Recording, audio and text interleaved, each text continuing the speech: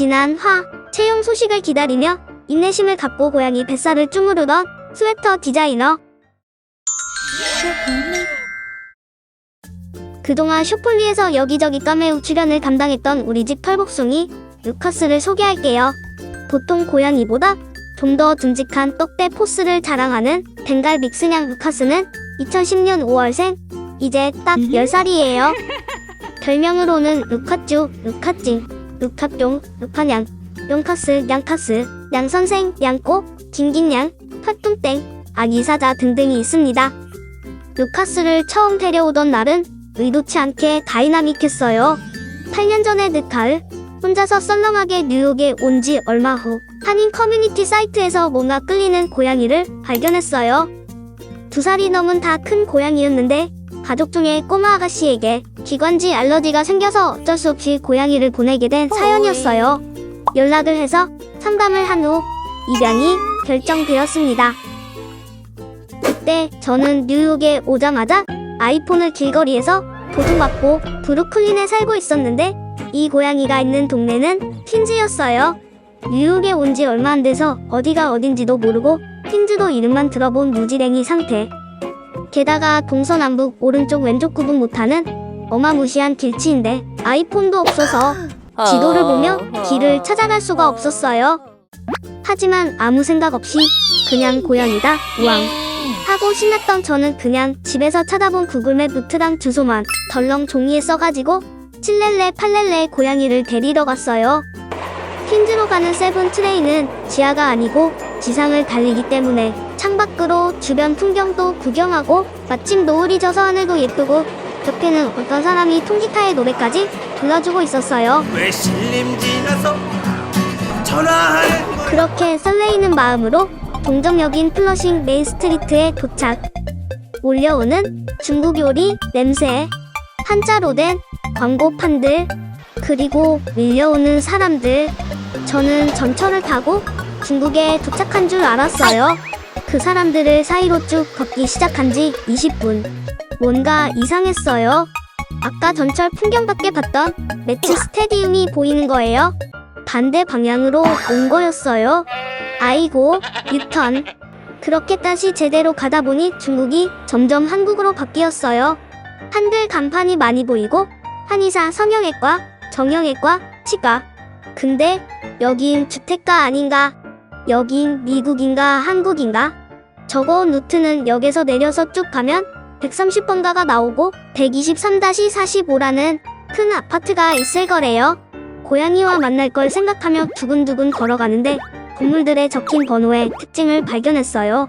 길 이름이 120번가가 있고 건물에도 120-10 이렇게 적혀 있는 거예요. 오호, 그러면 123-45는 130까지 가다가 123번가쯤에 있는 거구나. 그래서 123번가에 도착했어요. 자신있게 주변 아파트 번호를 보는데 뭔가 이상했어요. 40-19 이런 거예요. 왜 앞번호가 9자리로 바뀐 거야? 123-45는 어디 있지? 지나가다가 어떤 아주머니를 붙잡고 물어봤어요. 뭐라고 열심히 얘기하시는데 3분 정도 대화한 그때 결론은 잘 모르신다는 거였어요. 사실 그래요. 거리에서 사람들에게 길을 물어보면 대부분은 자신의 집과 직장처럼 자주 가는 데만 알지 거기서 조금만 벗어나면 다들 잘 몰라요. 어허허, 스마트폰만 있었으면 될 텐데 아이고. 그렇게 해는 뉘엿뉘엿지고 점점 춥고 어두워져 가고 있었어요. 하필이면 옷을 얇게 입고 왔는데 이제 가을이 끝나가서 바람이 쌩쌩 불었어요. 다시 이 사람 저 사람 물어 가는데 가르쳐준 쪽으로 가면 갈수록 아파트는 안 나오고 주택가만 나왔어요. 뭐지 이상하다. 그러다가 123-43을 발견했어요. 아싸, 그러면 바로 그 다음 집. 그 다음 집은 123-47이었어요. 어째서 45번. 45번은 어디로 간 거야? 43번 집과 47번 집 사이로 들어가면 남의 집 뒷마당이 나올 뿐. 뭐지? 이건 뭔가 해리포터가 들어가는 부하 4분의 3 승강장 입구 같은 건가? 사실 애시당초 여긴 주택가라서 아파트는 어디에도 보이지 않았어요. 정신 차려야 해. 처음에 적어온 종이를 보자. 130번가까지 가다가 나온다고 했으니까 130번가를 가자. 그래서 지금까지 헤매운 길을 돌고 돌아 기적적으로 130번가에 다다랐어요. 거기는 한국 음식점이 즐비한 곳이었어요. 1층은 식당이고 2층은 빌라여서 혹시 여기가 맞나 싶어서 번호를 살펴봤더니 여기도 123으로 시작하는 거예요. 123-41번은 노래방, 43번은 갈빗집, 그리고 47번도 갈빗집. 아까처럼 43번과 47번 사이에는 그저 하얀 벽이 있을 뿐이었어요. 45번은 어딨어? 왜 123-45는 건너 뛰는 거야 다들? 정말 무슨 마법에 9와 4분의 3 승강장이냐고? 내가 주소를 잘못 적어온 걸까? 난 어떻게 해야 하지? 저녁 시간이어서 불고기와 갈비와 삼겹살 굽는 냄새가 길거리를 가득 채우고 저는 춥고 배고프고 핸드폰도 없고 길도 잃어버린 상태였어요. 여러분, 모르는 동네에 갈 때는 반드시 지도가 나오는 핸드폰이나 길을 잘 아는 사람과 함께 가세요.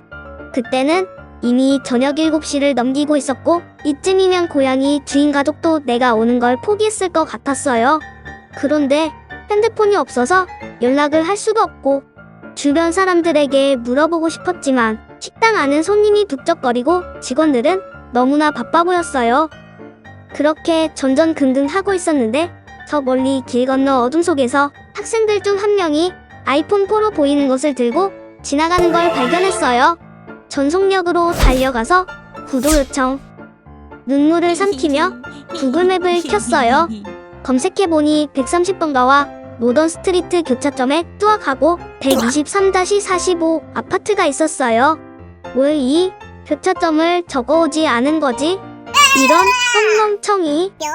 여러분, 요즘 시대의 길을 물어볼 때는 그냥 말로 물어보지 말고 스마트폰의 지도 기능을 빌리세요.